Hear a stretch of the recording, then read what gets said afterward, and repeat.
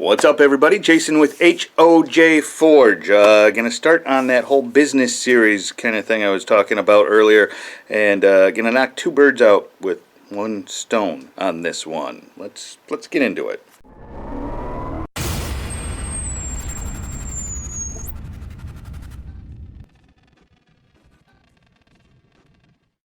Okay, so thing number one, I'm going to go over how I price something, show you how I do it, to describe how I price it out, and figure out what's going to work for me. Might be slightly different for you, but it'll give you an idea of one way of how to price things.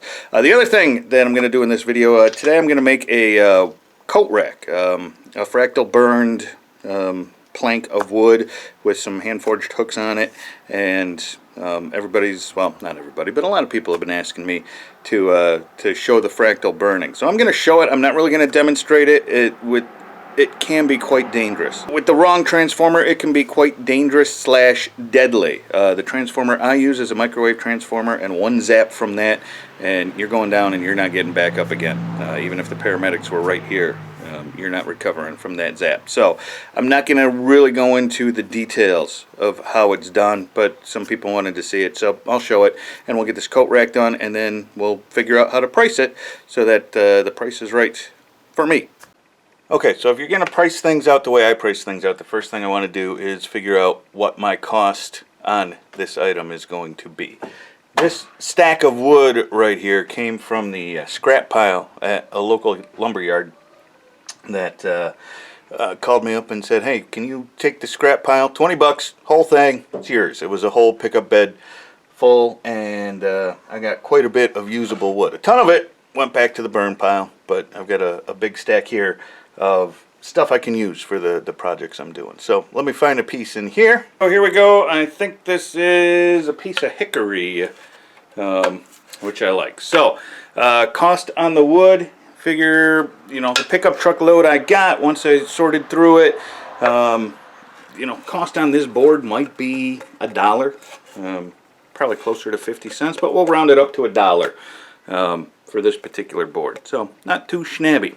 So for the hooks, I think I'm going to do some leaf hooks, and I should be able to fit, I don't know, 3 or 4. I'll have to go measure and decide how many I'm going to do. But so, I mean, it should literally only be a couple of bucks in steel at most as well. I'm going to use some 1/2-inch square. Let's get those forged up.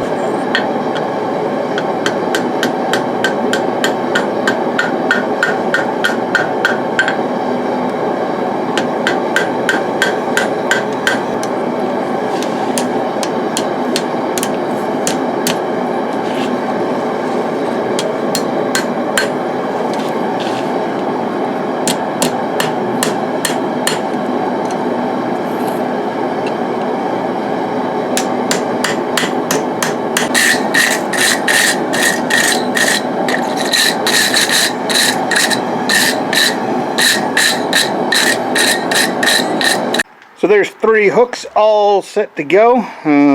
They came out pretty cool. Took about 2.5 hours for those. I don't know if I was better at forging. Maybe I could have gotten it done in 2, but 2.5 is what it took, so that's what I'm counting in on the time. Now, I've got to go put this board through the planer and sand it and clean it up, and I'll show you how I do the fractal burning. Alright, so this is the board all prepped. I'm just going to fast forward through this because, like I said, I'm not going to explain how I do it because it's quite dangerous. So do not try it at home, children.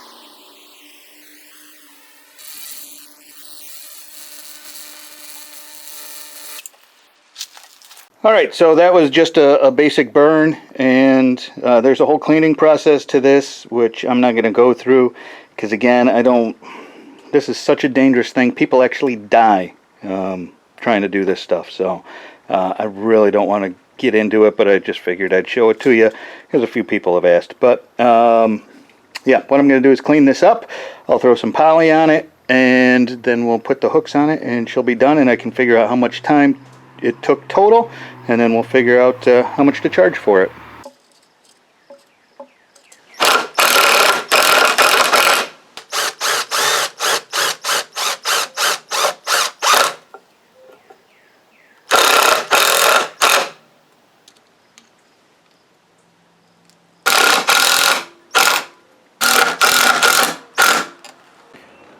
And there she is, all said and done. Came out pretty cool.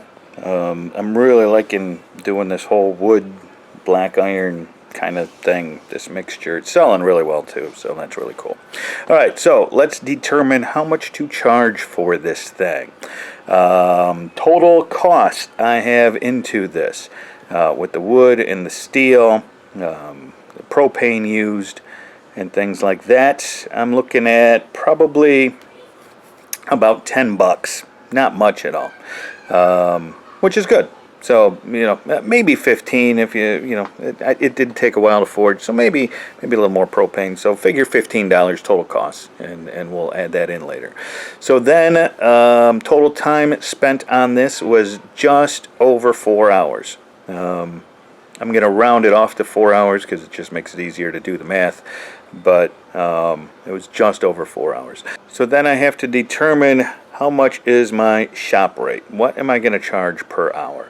Now, thankfully, I used to own and run an upholstery shop out of my house, and so I went through the business formula of figuring out shop rates. It's not a hard thing. You have to add all your overhead costs and your labor and everything. You add your profit into it to figure out what you want to make. And it's not really a difficult formula, but it's one that I used. You add all that up and you determine how much you want to make per hour. When I was doing the upholstery shop, doing it full time, I wanted to make $45 an hour. That's what I needed to make enough profit to pay myself at the end of the day to afford my mortgage and everything I needed at the time. So doing this part-time, I'm doing it out of my garage. I'm not quite at that level where I want to support myself with this. It's just adding a little extra income from time to time. So I'm actually at $35 an hour on this one, which a lot of people still think is kind of high, except when you figure in my time on doing this plus the time in selling this. This isn't like the upholstery shop where I had people coming to me. All my customers in the upholstery shop showed up at my door or called me, and that's how I got them. With this, I have to go find customers. I have to take the time out of my day to post things on Facebook and on my website and on Etsy and all these other places. And then I have to go do the shows. I do the farmers market every Saturday. I drive an hour. So there's 2 hours every Saturday stuck in the car that I'm not getting paid for. So all that has to be made up by charging enough per hour for everything I make. We'll then figure out the 5 hours sitting there at the farmers market every Saturday. That is time spent selling but not producing any product. So, I'm not being productive in those 5 hours. I'm just getting the money for all the other time I was productive during the week. So $35 an hour is where I am. It may vary for you. You might want a little more. You might feel like, hey, I don't need that much. But that's where I have fallen on the scale. And so when we look at this product, 4 hours at $35 an hour means I have to sell this for $140 plus my costs of $10, say $15. So I'm at $155 is what I can sell this for and feel like I'm making money.